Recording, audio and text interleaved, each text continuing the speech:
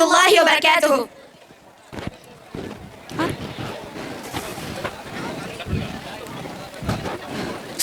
بسم الله الرحمن الرحيم. الحمد لله وكفى والصلاة والسلام على عباده الذين اصطفى. أما بعد فقد قال الله تعالى في القرآن العظيم: أعوذ بالله من الشيطان الرجيم. بسم الله الرحمن الرحيم.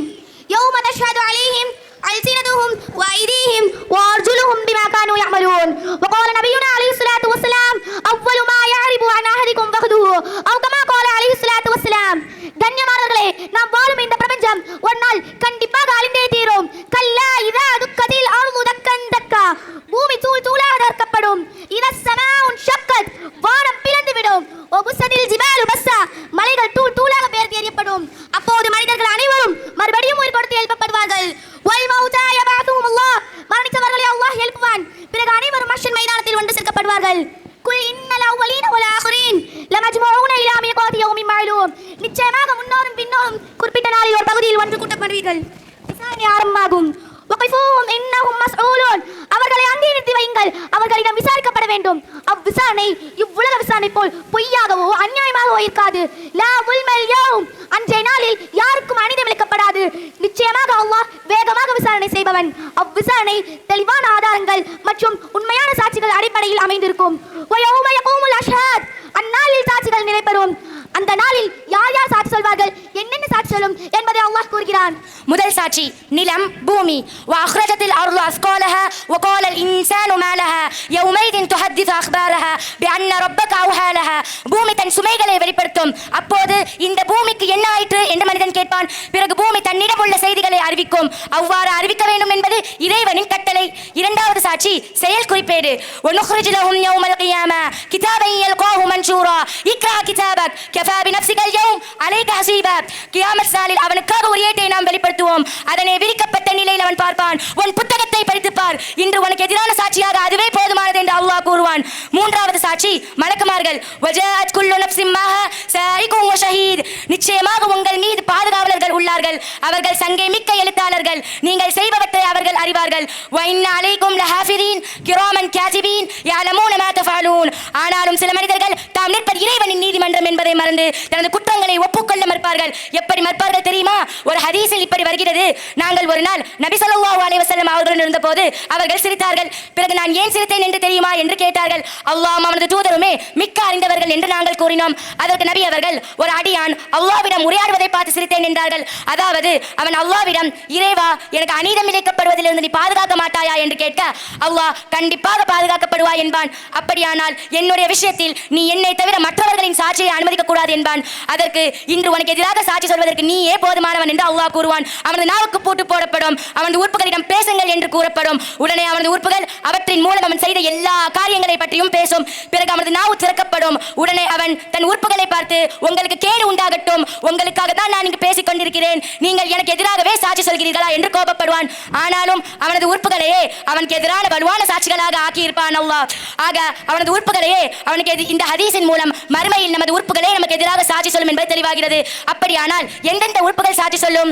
நாவு, கை, கால்கள் சாட்சி சொல்லும். யௌம தஷ்ஹது அலைஹிம் அல்சினதுஹும் வ ஐதீஹிம் வ அர்ஜுலுஹும் பிமா கானூ யஅமலூன், அன்றைய நாளில் அவர்களுக்கு எதிராக அவர்களின் நாவுகள், கைகள் மற்றும் கால்கள் அவர்கள் செய்தவைகள் பற்றி சாட்சி சொல்லும். கண்கள், காதுகள் மற்றும் தோள்கள் சாட்சி சொல்லும். ஹத்தா இதா மா ஜாவுஹா ஷஹித அலைஹிம் சம்உஹும் வ அப்சாருஹும் வ ஜுலூதுஹும் பிமா கானூ யஅமலூன், இறுதியில் அவர்கள் நரகத்தை அடையும் போது அவர்களுக்கு எதிராக அவர்களின் காதுகள், கண்கள் மற்றும் தோள்கள் அவர்கள் செய்து கொண்டிருந்தவை பற்றி சாட்சி கூறும். தொடை, சதை மற்றும் எலும்புகள் சாட்சி கூறும். ஃபயுக்தமு அலா ஃபீஹி வயுகாலு லிஃபக்திஹி வலஹ்மிஹி வஇலாமிஹி இன்திகி ஃபதன்திகு ஃபக்துஹு வலஹ்முஹு வஇலாமுஹு பிஅமலிஹி, அவனது நாவுக்கு பூட்டு போடப்படும். அவனுடைய தொடை, சதை மற்றும் எலும்புகளிடம் பேசுங்கள் என்று கூறப்படும். எனவே அவனது செயல்களை பற்றி தொடை, சதை மற்றும் எலும்புகள் பேசும். ஆக நாளை மறுமையில் மனிதனுக்கு எதிராக அவனது உறுப்புகளே சாட்சி சொல்லும் என்பது நமது இஸ்லாமிய அடிப்படை ஆதாரங்களான குர்ஆன் மற்றும் ஹதீஸ்களின் மூலமாக நிரூபிக்கப்பட்ட உண்மை.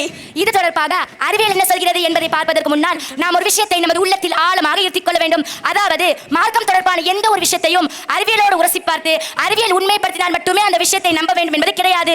ஒரு விஷயத்தில் மார்க்கமும் அறிவியலும் முரண்பட்டால் மார்க்கம் சொல்வதை தான் நம்ப வேண்டும். ஆரம்பத்தில் மார்க்கத்தின் கருத்துக்கள் முரண்பட்ட எத்தனையோ அறிவியல் கருத்துக்கள் பிற்காலத்தில் ஒத்துப்போன வரலாறுகள் உண்டு.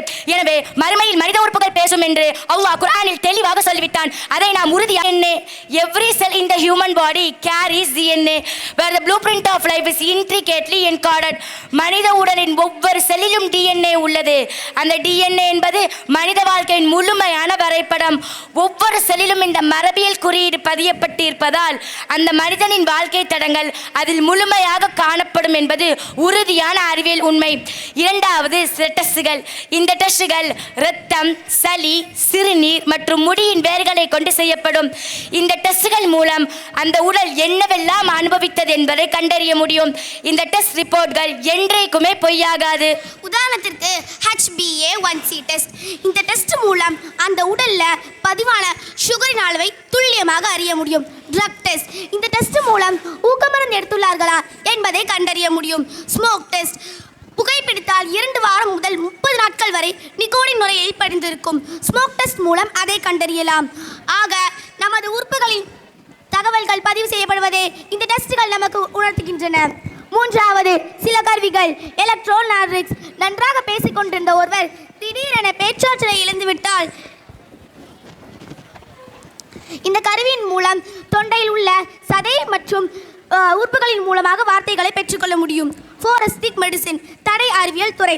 ஒரு உடல் இறந்து போகும்போது எப்படி இருந்தது, எப்படி இறந்தது போன்ற அனைத்து தகவல்களும் கிடைத்துவிடும். போஸ்ட்மார்ட்டம்.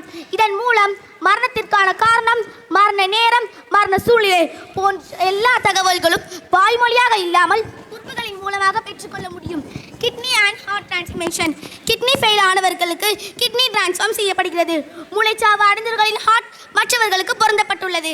இவ்வாறு யாருடைய கிட்னி அல்லது ஹார்ட் யாருக்கு டிரான்ஸ்ஃபார்ம் செய்யப்பட்டதோ அவர்களிடம் டோனர் என்னும் குணநலன்கள், பழக்க வழக்கங்கள் வெளிப்படுவது ஆய்வுகள் மூலமாக கண்டறிந்துள்ளனர். டிரான்ஸ்ஃபார்ம் செய்யப்பட்ட உறுப்புகளின் சேமிக்கப்பட்ட தகவல்களின் காரணமாக அவருடைய பண்புகள் வெளிப்படுவதை காண முடிகிறது. எனவே மனித உறுப்புகளின் தகவல்களை சேமிக்கப்படுகின்றன என்பதற்கு கிட்னி அண்ட் ஹார்ட் டிரான்ஸ்ஃபர்மேஷன் உறுதியாக சான்றாக உள்ளது. நான்காவது, ஒரு மனிதர். ஆம், மனித உறுப்புகள் அனைத்திற்கும் பேசும் ஆற்றல் உண்டு என்பதற்கு மிகப்பெரிய சான்று ஸ்டீஃபன் வில்லியம் ஹாக்கிங் என்ற மனிதர். ஸ்டீஃபன் ஹாக்கிங்ஸ் மிகப்பெரிய சயின்டிஸ்ட். 1942 பிறந்த இவர் 1963 ALS நோயால் பாதிக்கப்பட்டார். ALS நோய் என்பது நடையை, பேச்சை, உடல் இயக்கத்தை கட்டுப்படுத்தும் மோட்டார் நியூரான்ஸ் எனும் நரம்புகளை அளிக்கும் நோய். இந்நோயால் தசைகள் ஒவ்வொன்றாக செயலிழக்கத் தொடங்கும். ஆனால் மூளை மற்றும் அறிவாற்றல் பாதிக்கப்படாது. 1963 இந்நோயால் நடையை இழந்த ஹாக்கிங்ஸால் மெதுவாக பேசவும் எழுதவும் முடிந்தது. 1985 குரலை இழந்தார். அப்போது டேவிட் மெசோன் என்பவர் ஹாக்கிங்ஸ்க்காக ஸ்பீச் சிந்தசைசர்ஸ் எனும் கருவியை கண்டுபிடித்தார். ஸ்கிரீனில் வார்த்தைகள் தோன்றும். ஸ்டீஃபனுக்கு கை பெருவிரல் மட்டும் வேலை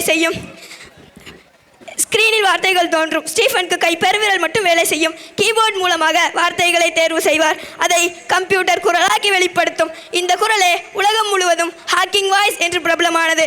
2000ஆவது ஆண்டில் பெருவிரல் அசைவும் நின்றுவிட்டது. வலது பக்க கன்னத்தின் ஒரு தசை மட்டுமே இயங்கியது. அந்த தசையை காண இன்ஃப்ராட் சென்சார் அமைக்கப்பட்டது. முகத்தசை அசையும் போது ஒரு ஸ்விட்ச் நிகழ்வு சிக்னல் உண்டாகும். அதை வைத்து எஸ்கீஸ் மென்பொருள் எழுத்துக்களை தேர்வு செய்யும். வார்த்தைகள் தேர்வு செய்யப்பட்டதும் ஸ்பீச் சிந்தசைஸ் குரலாக மாற்றப்படும். பிறகு கன்னத்தின் தசைகளும் அவர் சொல்ல விரும்பும் தகவல்கள் சேமிக்கப்பட்டன. இந்நாட்களில் இவர் பல பல்கலைக்கழகங்களில் வகுப்பெடுத்தார். 2018 இவர் இறந்து போனார். 1985 ஆற்றலை இழந்தாலும் 2018 வரை ஏறத்தாழ 33 வருடங்கள் தனது பெருவிரல், கன்னம், நாடி மற்றும் கண் புருவம் ஆகியவற்றின் மூலமாக மக்களுக்கு தகவல்களை சொன்னார். மனித உறுப்புகள் அனைத்திற்கும் பேசும் ஆற்றல் உண்டு என்பதற்கு அல்லாஹ் இம்மையிலேயே, அதுவும் ஒரு மனிதனையே சாட்சியாக ஆதாரமாக ஆக்கியிருக்கிறான். ஆக மனித உறுப்புகள் மறுமையில் பேசும் என்பதற்கு குர்ஆன், ஹதீஸில் ஆதாரங்கள் இருப்பது போல அறிவியலிலும் பல ஆதாரங்கள் உள்ளன. யாரும் இல்லை என்று நினைத்து பாவம் செய்வதை விட்டுவிடுங்கள். யாரும் இல்லாவிட்டாலும் நம்முடனே இருக்கும் நம்முடைய உறுப்புகளை நாம் செய்யும் செயலுக்கு வலுவான ஆதாரங்கள் என்பதை நினைவில் வையுங்கள்.